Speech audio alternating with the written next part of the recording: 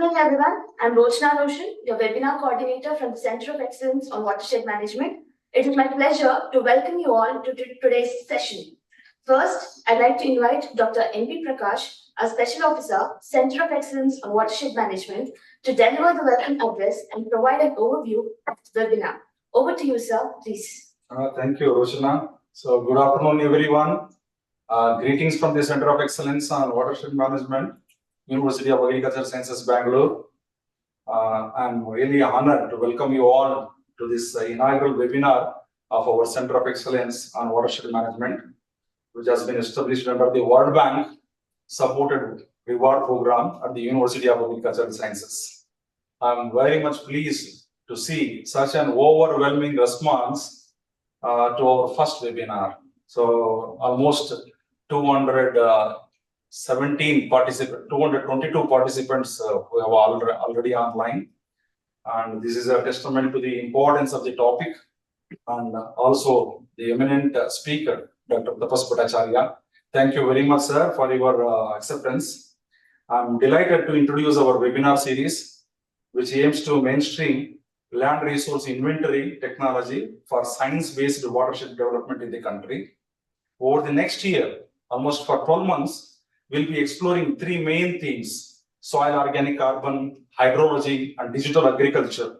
So these three themes with renowned experts will share their insights and their experiences on these topics. So we have already decided every month we'll be organizing one webinar in this regard. Today, we embark on this journey with our first theme, that is soil organic carbon, under the title Carbon Connect. Dr. Tapas Bhattacharya, a distinguished soil scientist whom you all know very well already, and international repute, will enlighten us on the topic soil carbon footprints to identify climate smart soils for carbon trading. On behalf of all of the participants and on behalf of the University of Agriculture Sciences and on behalf of the Center of Excellence on Watershed Management, I wholeheartedly welcome you, sir. I would also like to extend a warm welcome to our distinguished guests who always keep on supporting us for most of the activities. Dr. S.V. Suresha, our Honorable Vice Chancellor, so whose constant support for all such activities is much appreciated. I do welcome you, sir. I also welcome Mahesh B. Shirur, Commissioner of Watershed Development Department, whose constant support is also very important and need to be acknowledged at this moment. Let me welcome you, sir, on behalf of COE Watershed Development, Watershed Management. I also welcome Girish, former Commissioner, Watershed Development Department, whose inspiration and constant support is also very much appreciated. We are grateful for the valuable time and the expertise. So, wherein most of the interested participants who have joined here. I also welcome all the scientists, officers, students, and various other participants from departments, including World Bank, DOLR, WDD, State Agriculture Universities, KVKs, and ICR institution, and other institutes who have all joined across India and also beyond. This webinar series is a testament to our commitment to knowledge exchange and collaboration. I wish you all a fruitful and engaging experience and look forward to your active participation in the discussion that follows in this particular webinar. Thank you all, and let us begin our journey into the world of watershed. Thank you. Thank you, sir, for that insightful welcome address. Unfortunately, our Honorable Vice Chancellor, Dr. S.V. Suresha, is in another meeting. Henceforth, he has conveyed his best wishes to us. So let's move forward. We are privileged to have Mr. Mahesh B. Shirur, Commissioner from Watershed Development Department, to share his thoughts in an introductory address. Sir, please do address. Good afternoon, everyone. Yeah, thank you, sir. It's very nice to address you all. I am Mahesh Shirur from Indian Forest Service of 93 batch. I have taken charge of this Watershed Commissioner Karnataka on 6th of this month. So this is the first webinar I am just attending. I am very happy to meet you all. Just few words on this webinar. As you all know, the Center of Excellence for Watershed Management is established under a reward scheme of World Bank supported reward scheme, mainly to build up the LRI data so that scientific knowledge can be used in watershed management so that we'll get very good and concrete results. And this reward being the, Karnataka being the lighthouse means it's a kind of leading state for the country. There lies a lot of responsibility on our shoulders to do a good work so that the bank is convinced to take up this whole scheme in the coming years in the entire country. Basically, now whatever is happening, the scientific approach, the scientific development in watershed is taking place in the pockets, different areas. So it will be very good for us to integrate all this knowledge at one point and use it effectively. In that direction, I think this webinar is a good beginning, a very good step taken by COC. Let us use this opportunity. And Mr. Prakash talking to me, he said they have contacted nearly some 2,000 persons, different scientists and different policy makers, different departments, agriculture-based different departments, and out of which nearly 500 people have confirmed the participation. And I will be very happy if this number goes up in the coming days, because the CO is planning to have such webinars every month for next 3 months on different topics. Like now, just a point for you people to consider. Karnataka, with the partnership with NBSSLUP, National Bureau for Soil Science and Land Use Plan. So we have taken up on pilot basis this soil fertility assessment through NIR spectroscope studies. That is, near infrared spectroscopy is being used. What I could guess some information about this technology is that when you use this spectroscope, we get information on soil fertility in very short time, and also it can be used. It's a kind of non-destructive method. You need not go for deep excavations, and also it's very cost effective. So once this technology is standardized, I wish we can take up this as a subject on your webinar and spread across the different users so that it can be used to develop the LRI on a very systematic and very fast effective basis, because the target for us to develop LRI is nearly 25 lakh hectares, out of which as of now we have covered, I understand, 7 lakh hectares. So the task is still a vast. So using such technologies, I wish and hope that we can bridge the gap very soon. At this juncture, I appreciate the initiative of Center of Excellence for organizing this webinar series. And in particular, I thank the first speaker, Dr. Tapas Bhattacharya, and wish him all the best. And I wish you all the best. Thank you. Thank you, sir, for valuable insights. Definitely, we will take all your suggestions into consideration. So let's move forward. Dr. Nagaraja sir will introduce our speaker, who will present on soil carbon footprints to identify climate smart soils for carbon trading. Here to sir.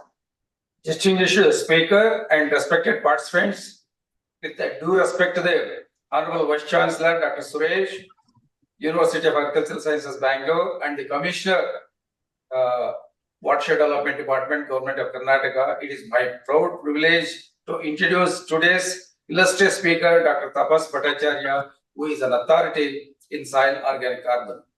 Dr. Tapas Bhattacharya was born in 1956, November. He is an agricultural graduate with a doctorate from Indian Agricultural Research Institute, New Delhi.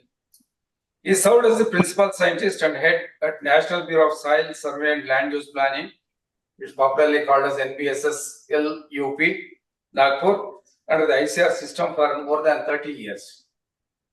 He further worked as a visiting scientist at ICRISAT for a short period. He was the Vice Chancellor of Dr. Bala Saheb Sawant Konkan Krishi Vidyapit, Dapoli, Maharashtra. During his tenure as Vice Chancellor, he brought significant improvements in teaching, research, extension, and management. Even now, he has been actively engaged in conducting basic research on soil genesis, classification, survey, mapping, and clay mineralogy, which is very much appreciable. And also, he has been working on various national and international projects with particular reference to soil carbon sequestration and soil carbon modeling to address the issues of global warming and climate change. Dr. Tapas Bhattacharya has published more than 280 research papers in national and international journals, in addition to several books. He has organized many national and international conferences, and he is the recipient of many national and international awards too. He has served in various cadres in professional societies. He is the founder and president of the Interdisciplinary Society for Advancement of Agricultural Sciences and Technology at Dapoli, Maharashtra. He currently resides in Nagpur, Maharashtra, and he is even now busy in academics. Sir, we are lucky to have Dr. Bhattacharya, sir, as the speaker for today's webinar. I am sure the participants will richly benefit from illuminating presentation on soil organic carbon by Dr. Tapas Bhattacharya. Thank you, sir. We welcome you again from the University of Agricultural Sciences. Thank you. Thank you for your inspiring introduction, sir. Dr. Tapas Bhattacharya, sir, will now present on soil carbon footprints to identify climate-smart soils for carbon trading.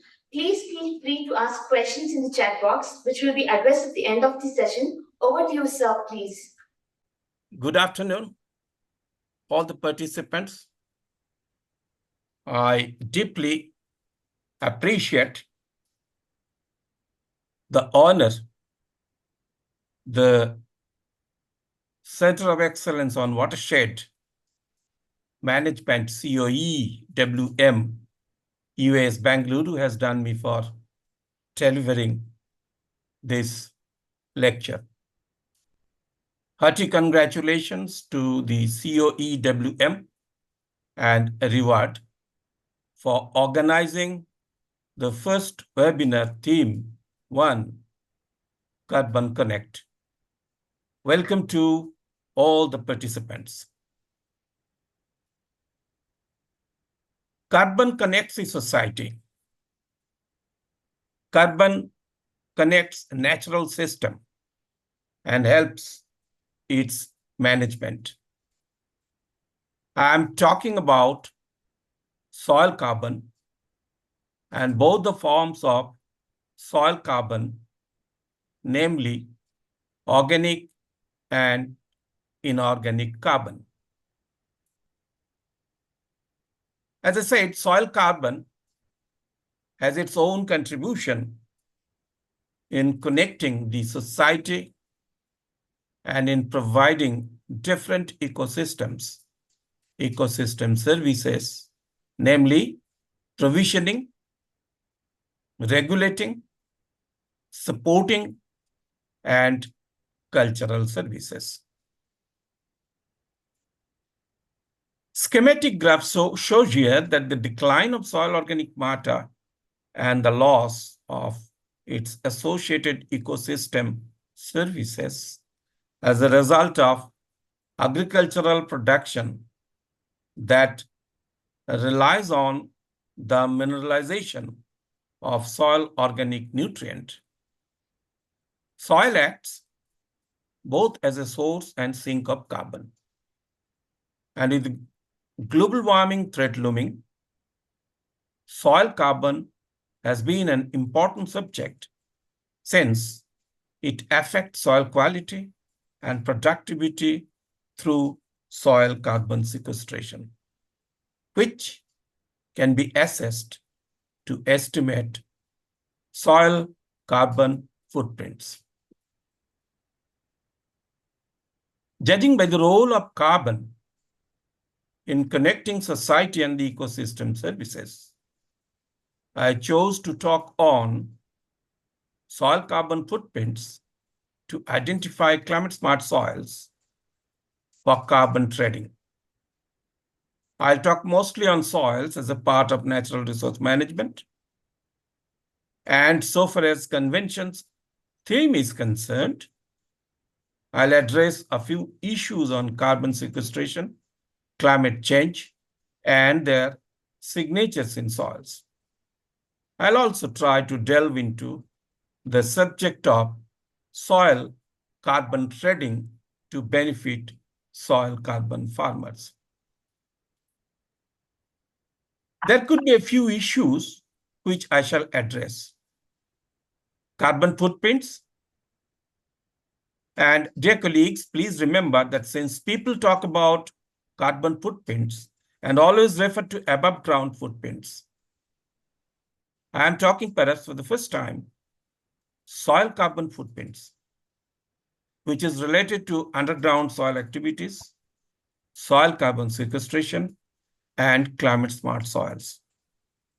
I shall also make a mention of a suggestive model on carbon trading to benefit carbon farmers.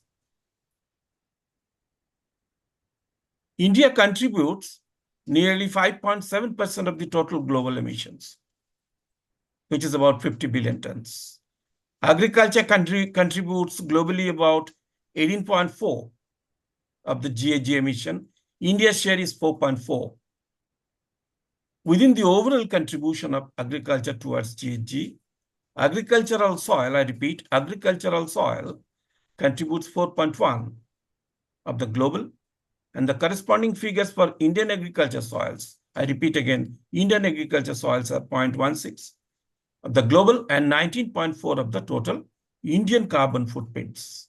This is about above ground. You can see the figure here. And below ground carbon footprints in the world is nearly 817 billion tons. And for India, it is 27.1 billion tons of carbon dioxide equivalent. Soil carbon footprints, as I said earlier, include both organic and inorganic carbon sequestration. Now, the cause of carbon footprints in soils is carbon sequestration. Carbon sequestration is the removal of carbon as carbon dioxide from the atmosphere by photosynthesis. You know this thing. Carbon storage indicates the amount of carbon locked in the woody materials, both above and below ground. Therefore, carbon sequestration is a process by which carbon dioxide is removed from the atmosphere and held in solid or liquid form. Nearly 3.67 tons of carbon dioxide, which is about 1 ton carbon, is sequestered in soils. Amorphous materials other than clay colloids and free organic matter also contributes to the overall soil carbon sequestration. Soil carbon sequestration has a role in mitigating the greenhouse gases to reduce carbon footprints and hence demands attention by the planners to save this natural resource, that is soil, with special reference to agriculture. How much soil carbon will be sequestered? What's the limit? The answer is, so far soil organic carbon in agriculture soils is concerned, the limit is reached till soils attain a near steady state or a quasi-equilibrium value. The concept of quasi-equilibrium value is that under natural vegetation or adapted system, carbon values in soil reach a near steady state or quasi-equilibrium value. SOC declines when forest lands put to cultivation. And within first 1,000 to 5 years,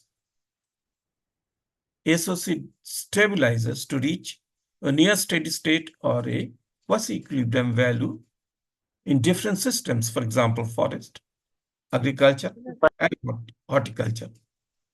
560-065. May I continue? In different systems, as I was continuing, forest, agriculture, and horticulture. In India, for example, molly soils in the Bhimashankar Plateau, Pune, Maharashtra, maximum value of SOC QEV was 2 to 4%. For histosols, we call them organic soils, it is still high and may reach more than 20% by weight. After organic, let's see how much soil inorganic carbon will be sequestered. What's the limit? I do not have any idea. But soil taxonomy refers 15% or more by weight of fine earth fraction, calcium carbonate equivalent for qualifying calcic horizon. A few soils from the Indo-Gangetic plains, Uttar Pradesh and Bihar, shows 44 to 54% of calcium carbonate. And it suggests that the half of the soils as carbonaceous, which means these soils will sequester nearly 5 to 7% of SiC, that is soil inorganic carbon. The exact relation with SiC and quasi-equilibrium value of SiC needs to be investigated. Those who are interested may give a try. Quasi-equilibrium value, QEV, of soil organic carbon in black soils, you can see in the y-axis, and time is on x-axis. Please see the graph. This is humid bioclimate example. Horticulture and agriculture in the Western Ghats ecosystem. It showed that potential to increase QEV for more soil carbon sequestration organic in the first 30 centimeter depth. There are scopes for agriculture system and horticultural system to reach higher QEV. Time will vary. Now, if you see the semi-arid bioclimate, QEV of SOC in black soils, there is time under different systems and the potential to increase QEV. It also varies in forest, horticulture, agriculture. Within agriculture, you can see cotton and cotton plus pigeon pea. If you remember, in the previous slide, we showed that the humid system maximum QEV was nearly 4%. Here, in semi-arid climate, it is 1% only. How to measure soil carbon footprints? These footprints are due to two different types of carbon sequestration. One is SCSO, there is soil carbon sequestration organic, and the other is SCSI, there is soil carbon sequestration inorganic. Now, estimating soil carbon sequestration in tons per hectare carbon dioxide equivalent, this is soil organic carbon or soil inorganic carbon percent times bark density times soil depth in meter times 44 upon 12 times 100. 44 upon 12 converts carbon into carbon dioxide equivalent. Once soil carbon footprints estimated, we need to have limits of SCSO and SCSI, and how to obtain these threshold limits. The condition is that SOC stock of the country should not be reduced, and that SiC stock should not increase. SOC stock of the country, revised one, is 11.4 petagram in first 30 centimeter depth. This suggests to maintain it, SOC should be 0.77, BD 1.5, for India with an area of 328.7 million hectares. To maintain this level of minimum SOC and maximum SIC values are found to be 1.19%. And the SCSO and the SCSI limits are 12.71 and 19.64 tons per hectare. Soil carbon sequestration leaves carbon footprints in soils. This is part of negative emission strategy to combat warming. Dear participants, we have to remember it because this will help us to enter into carbon trading. This is a part of negative emission strategy. I repeat, carbon footprints in soil is negative, and that's how it's shown in the adjoining box as negative. Below ground carbon footprints, the world is nearly 817. I mentioned it. And for India, it is 27.1 billion tons of carbon dioxide equivalent. And this includes both organic and inorganic. Now, several factors control soil carbon sequestration to leave the signatures in soil as carbon footprints. It includes soil, climate, and biological factors. You may be interested to know that SOC and SIC have an inverse relation, and physical and chemical and microbial parameters are related to these two forms of soil carbon. These are again closely linked with climate. Petrogenically formed carbonates are directly related to carbon sequestration in soils. And the threshold limit of mean annual rainfall, that is MAR on top,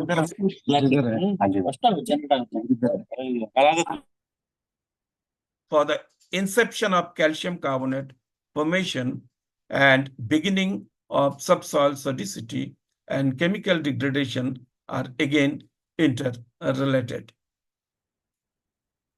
Now, why climate smart soils?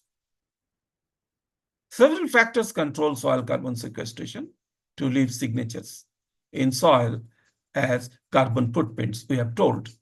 And thus, soil health is fundamental to the survival of humanity. Yet, these soils are under pressure due to the increasing demands of a growing population for food and shelter. Most of us know this. Now, SOC, or soil organic carbon, is critical for most ecosystem services. Many areas have suffered degradation due to SOC loss globally. Priority should therefore be given to save soils and SOC to protect these natural resources at the global level. This necessitates identifying the climate-smart soils and their preservation using the appropriate methods using soil carbon footprints. I have already explained about the threshold limits of two types of soil carbon sequestrations. Please note that the soil carbon sequestration, organic SCSO and ACSI threshold values, keeping in view the deciding soil parameters controlling many soil properties, which I have already described in the previous slide. These parameters will help us to identify climate-smart soils in general and crop-specific climate-smart soils in particular. These are examples of few climate-smart soils which satisfied the limits of SCSO as equals or greater 12.71 tons per hectare and SCSI as equals less than 19.64 tons per hectare carbon dioxide equivalent. The green line is the limit of organic carbon, and the red horizontal line is the inorganic carbon sequestration limit. We tried a few climate-smart soils growing sugarcane, following similar limits as described in the previous slide. It might appear that only a few parameters, namely SOC, SIC, and BD, area and depth, are involved here. But please remember, these parameters control a host of soil chemical, physical, mineralogical, and microbiological properties. And there's a reason I could boil down to only a few such climate smart soils, because only very few could pass the test of being identified as climate smart soils. Now, how to control land and soils to cross the barriers of becoming climate smart? What could be the management practices? It could be business as usual, BAU, with N, P, and K fertilizer application with farmyard manure, regular residues incorporation, region FARO, BBF, soil moisture conservation, and most importantly, watershed management. Out-of-box management, or OBM, might include deep-rooted trees or cereals, cereals like grasses, trees like oranges, tea, rubber, coffee, and pomegranate, and of course, split doses of farmyard manures with special reference to arid and semi-arid parts of the Indian tropics. Once climate smart soils are identified, they need to be benchmarked. They need to be protected. There could be two issues. One, preserving climate smart soils. And secondly, keep your efforts open to bring more climate smart soils using watershed LRI activities and map them. Both these could be accomplished following appropriate management practices. Climate smart soils are controlled by various factors and thus require a perfect balance to maintain a seesaw relation as shown on the right side of the slide. You can see that soil carbon sequestration inorganic will try to put it down, while soil carbon sequestration organic will try to balance it. And our next step is always we can identify climate smart soils if we can use this as a model tool to generate carbon units for training and to help the farmers. That opens another subject of carbon trading. Carbon trading may be used to control the emission of carbon dioxide by providing economic incentives by a central authority. The Indian government recently released the guidelines for voluntary carbon market which we are working on agricultural sector.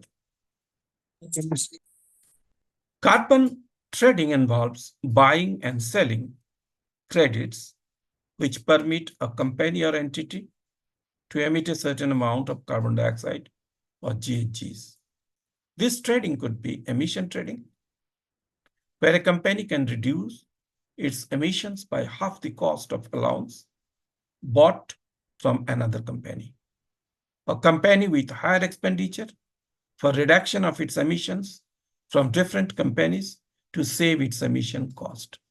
And it could be number two, project-based, where government and the World Bank subsidized credit to the companies, assessing the extent of carbon dioxide equivalent the companies save or reduce.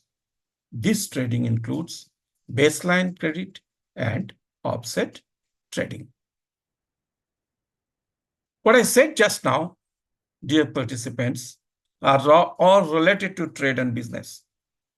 I understand very less of this, frankly speaking. But one thing is clear. Those points are meant for certified emission reduction, CER. We are not drilling those subjects. We are trying to understand certified negative emission reduction, CEnR. This is new and reported here for the first time. Let us see how do these two, namely CER and CEnR, differ. Carbon trading and its cost components. You see the existing one, which is certified emission reduction. The components are project details, there's the documents, validation of CER, and then registration using some bucks and USD, monitoring of CER, verification of CER, third party, and then issuance cost again, shelling few bucks, and then taxes, host country. Now you see the suggested one, which we are doing for the first time, project details. This is documents, which will be farmer's field and other details, including the land use history of the field, base year of CEnR when started, following standard methods. We have methodology. Then registration of CEnR, for example, when started, following standard methods. And then registration to the SAUs, ICAR, extension departments. Then regular monitoring of CEnR, following standard methods by SAUs, ICAR, extension departments. Then verification of CEnR by third party, and then carbon credits to the farmers. There is recommendation by the SAUs, ICAR, and extension departments.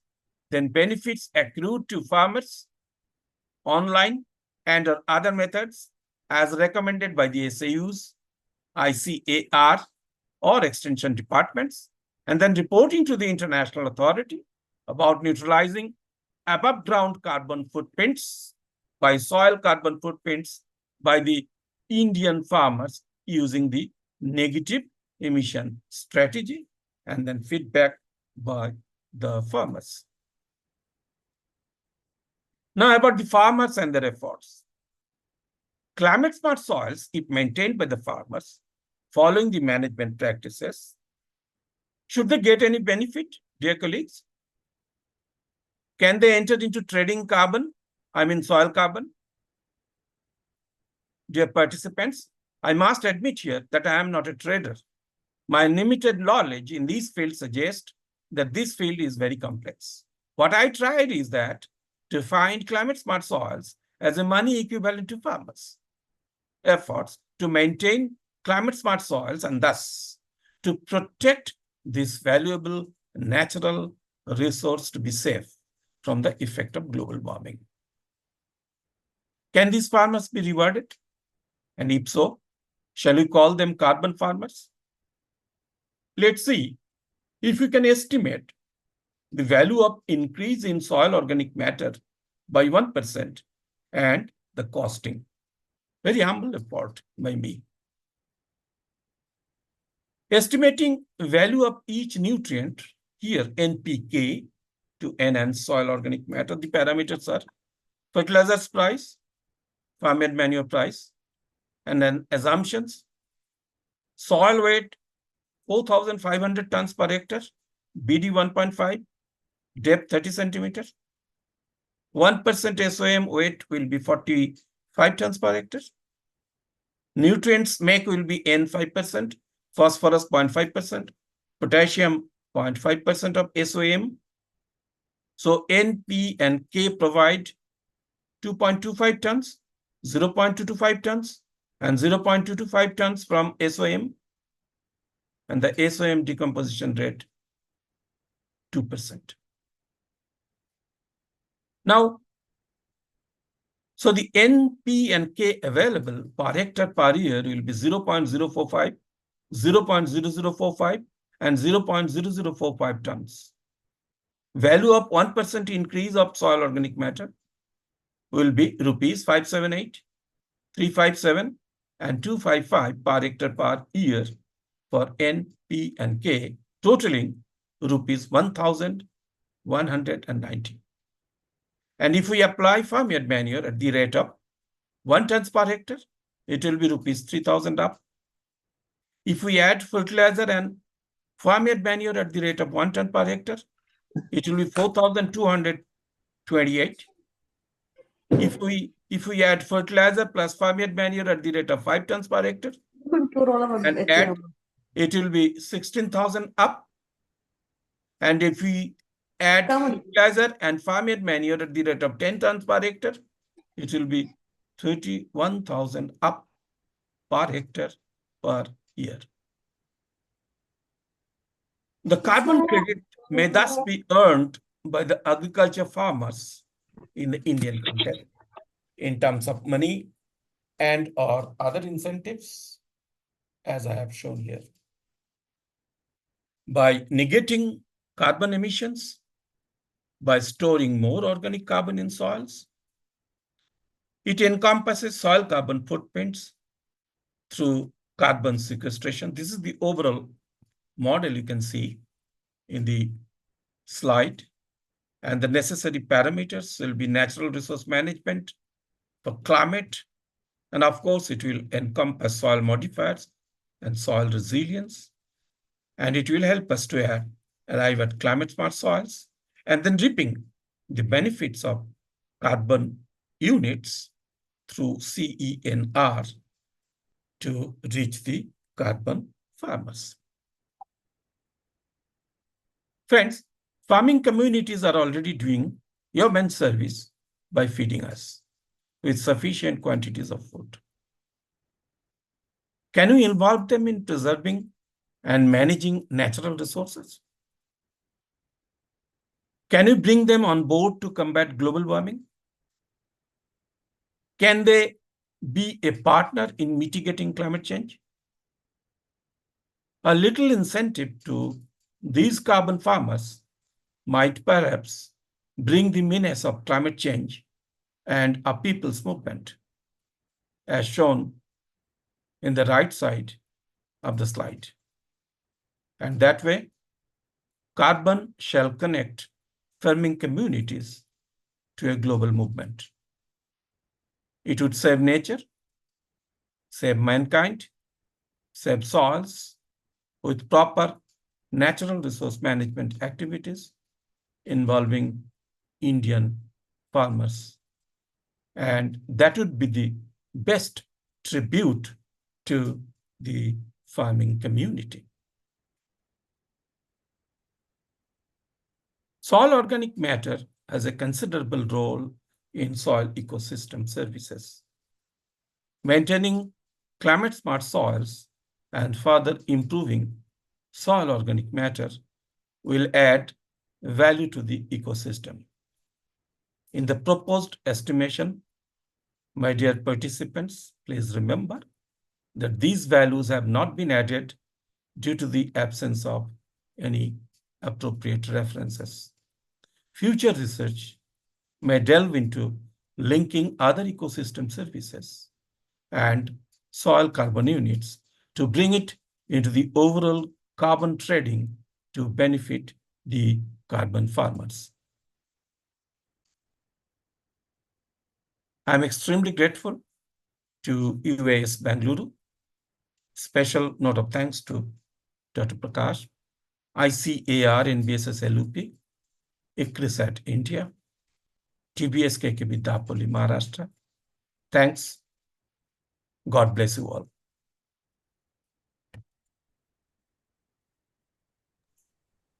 Over to Prakash. Thank you very much, sir. Thank you, Roshan, please. The expertise and insights you shared were truly the need of the hour, valuable and greatly appreciated. Thank you once again, sir. Now I would request Dr. M.N. Thimankauda, sir, to facilitate a question and answer session, addressing questions from the chat box. Please proceed, sir. Thank you, Roshana. Yeah, thank you, Roshana. I'm very thankful actually. Sir, I got a very good, it was a very good presentation, and we are anticipating many questions from our participants, both on our Zoom as well as on the YouTube actually. But I'm expecting few questions, sir. Just I will read those questions and request you kindly to answer those questions, sir. One Rajat, he has posed a question on this Zoom actually. He has posed two questions. One question is whether soils with higher QEV will be having higher carbon sequestration potential, but most of the soil under agriculture are having lower QEV. So how agriculture soils with low QEV can contribute to for carbon capture? That's the first question, sir. Yes, sir. This is related to soil organic carbon. Am I right, sir? Yes, sir. So as I said, so that could be different, if we put India in different bioclimatic system, for example, your watershed is in Karnataka. Okay, many parts could be, in semi-arid, right? And we have got the region. And I showed one case studies of semi-arid that was actually from Telangana, Hyderabad, Patancheru. And I have already told you that to maintain the QEV, you should have a set of management practices. It could be business as usual, right? It could be high management practices. And you have seen that NPK along with farmyard manure, okay, will always help us. And as you have seen, when I was calculating the SOM in terms of NPK and in terms of Indian rupees, INR, you have seen if you put 1 tons FYM, you get more value.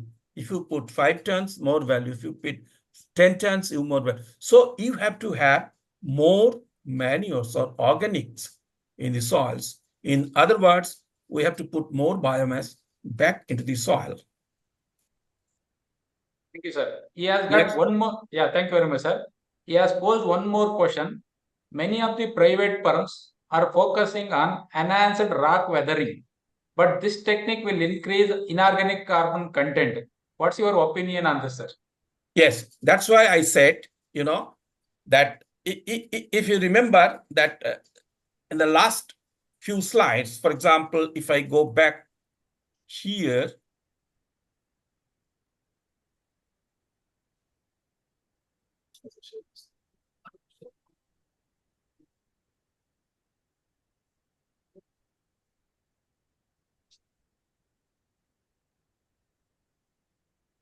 yeah, this one. If you see the number 25 slides on the right side, that's up. You see, I told that there has to be, as I said, if you see the right side on the box where it is a CI, SCSI, that is inorganic, right? Yes. It will always try to put you down. So for the quality of soil, so for the soil organic matter, so for the soil biota, so for the soil microflora are concerned. And if you put SCSO more, so you have to have a balance. If they are following that technique, you tell them that it should be added to, it should be added with manure application so that they can have a balance. Okay? Thank you, sir. Hope Rajat has got clarified his doubt completely. Okay. And we have 2 more questions from Isha. Just a minute, sir. Yes, sir. I'll request you and also Dr. Prakash. Yes, sir. Just in case the participants are not satisfied, you can collect all the questions, okay, and email to me. I'll answer each and every question point by point. Of course, if I know the answer. Okay. Okay. Yes, but right now I'll answer. You please carry on. Next question. Yes, sir. Sir, anyway, we'll share your email ID also and contact No personally problem. also for the thing, sir. You see, Yes. I am an open chapter, open pages. Thank you very much, sir. My mobile number, everything you make public. And I have given you, just a minute. If you see this one, you see my web page, drtapasb.com. You can go there and you can see everything is open for me. Don't worry. Thank you, sir.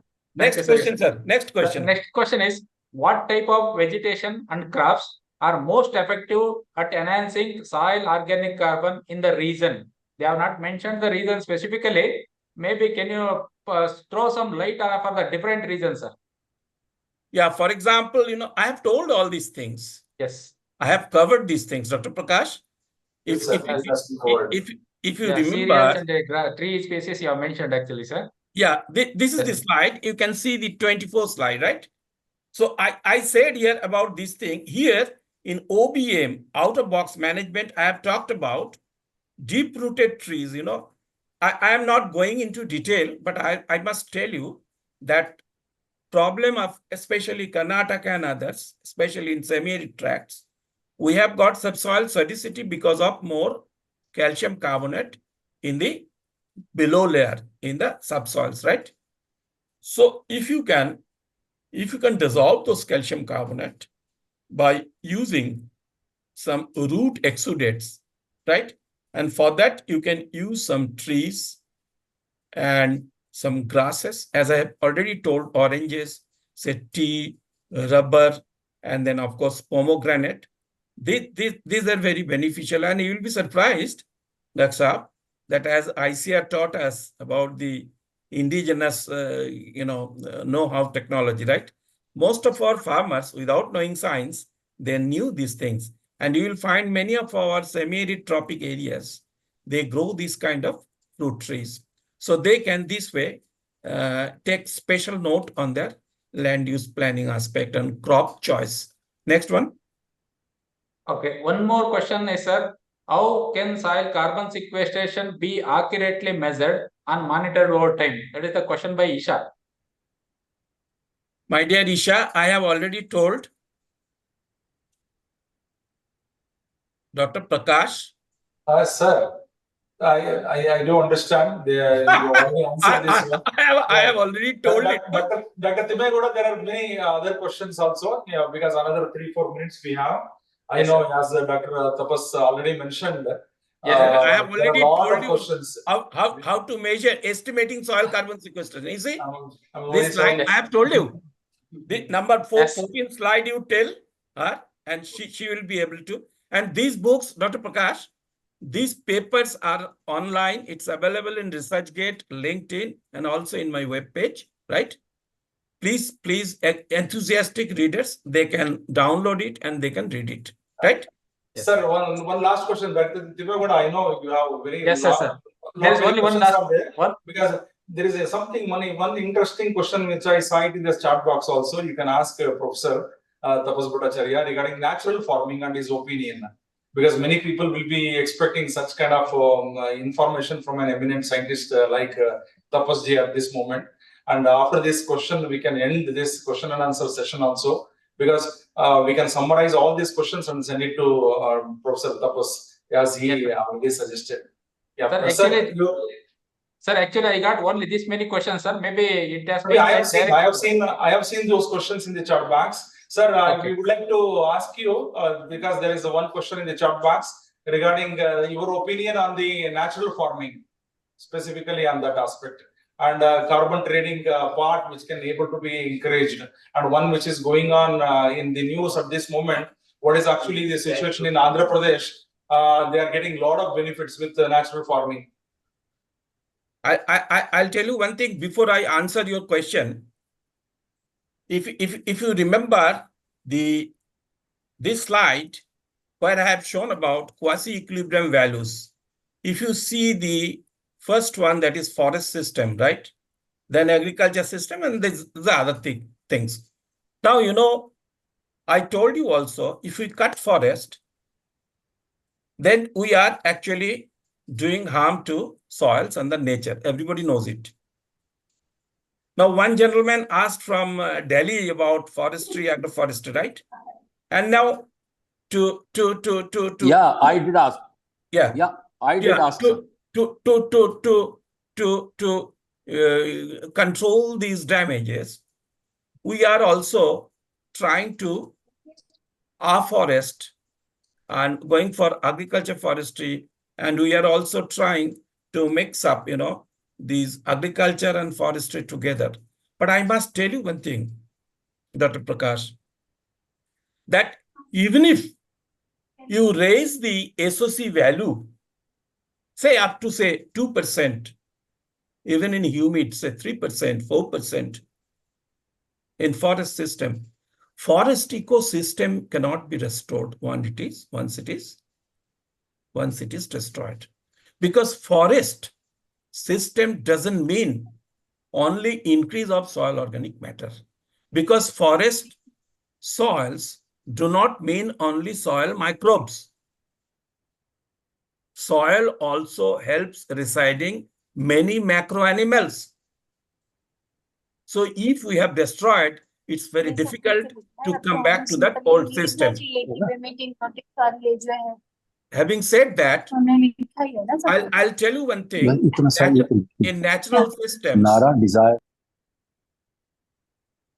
in natural systems, if you can increase the level of SOC by the means which you are already following, I think it is really good for the natural resource managers. It will be very good for the farmers. And I have shown you already that the farmyard manure, I have calculated it and I have shown it, that if it is 1 ton, if it is 5 tons, if it is 10 tons, the things are all varying, right? Basharte, there is one condition which I did not tell here. I have mentioned in the bracket C methodology, right? Why I explained about CEnR, certified negative emission reduction, right? Soil organic carbon has to be estimated quartering soils with 100 mesh soil samples. Dr. S.K. Ray is here, he knows. Dr. Anil Kumar is here from NBSS. If we want to do SIC, you have to use 100 mesh soil. So, sir has given a very good presentation, Hmm. and just want to say, especially I was talking about agroforestry because farm forestry, community forestry, and they are trees, and trees are always there and they store soil carbon, and then later on that goes away. But in agroforestry system, we have trees sparsely in the agriculture areas. And now we grow carbon crops also, whether it is horticulture, agriculture, or grasslands. What I want to say is how to increase the efficiency of that carbon which is stored by the agriculture crops or horticulture crops, so that we can say that, okay, the carbon is stored in the soil and that remains for longer periods. Should it go deep into the in the deep layers of the soil, or should it remain in the above soil and that is stored? That is my point. Okay, I'll now, since Dr. Sukhdev Singh you are asking, so I have to go a little deep. Dr. Prakash, please. Sir, I do understand, sir. Dr. Sukhdev Singh requires a lot of information, and he already asked us in the beginning, and definitely we'll be in touch with him, as well as I request him to contact you personally also. Dr. Sukhdev Singh, I can satisfy to the best of my capacity. Please send all those questions to Dr. Prakash. I will get it. Okay. I will send the queries to the yeah. Sir, we have several questions in the chat box also. I request Dr. Timmagoda to summarize all these questions and make a list of them, and then send it to Professor Tapas Bhattacharya. So from us, next, because we have already 292 participants still online with Zoom, and a few of them are in YouTube also. Because of some obvious reasons, they could not get into our Zoom connection as such. So next item, Rochana. Thank you, sir, Tapas Bhattacharya, sir, for excellent summing up of the questions and answers. Finally, I'd like to invite Dr. Sagar to deliver the vote of thanks. Good evening, everyone. Myself, Dr. Sagar. On behalf of the Center of Excellence on Watershed Management, I would like to express my sincere gratitude for making today's webinar launch a resounding success. Firstly, I would like to extend my deepest appreciation to our esteemed speaker, Dr. Tapas Bhattacharya. Sir, your insightful presentation on the topic was both informative and engaging. I am also incredibly grateful to our beloved Vice Chancellor, Dr. Suresha SV. Sir, your continued support for our center and your commitment to fostering knowledge sharing are truly invaluable. Thank you, sir.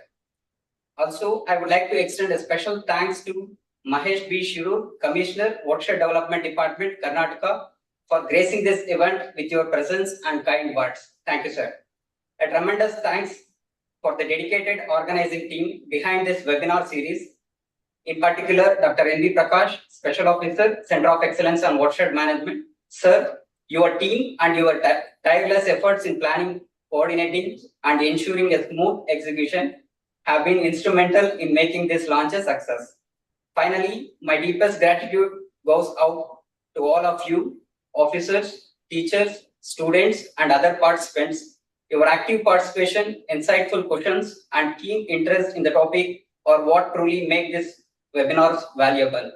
Thank you for taking the time out of your day to join us. We look forward to welcoming you all to the upcoming webinars in series. Thank you once again for being a part of this successful webinar. Thank you, sir. Thank you, Dr. Sagar, and thank you everyone for your active participation in today's webinar. Thank you very much, sir. Once again. Thank you. So, Thank I you. request all other participants who are still online. So keep watching our website and also receive some of the messages, because from now onwards, so by every month, one webinar will be scheduled and we'll be communicating it to you. And please join to enrich your knowledge.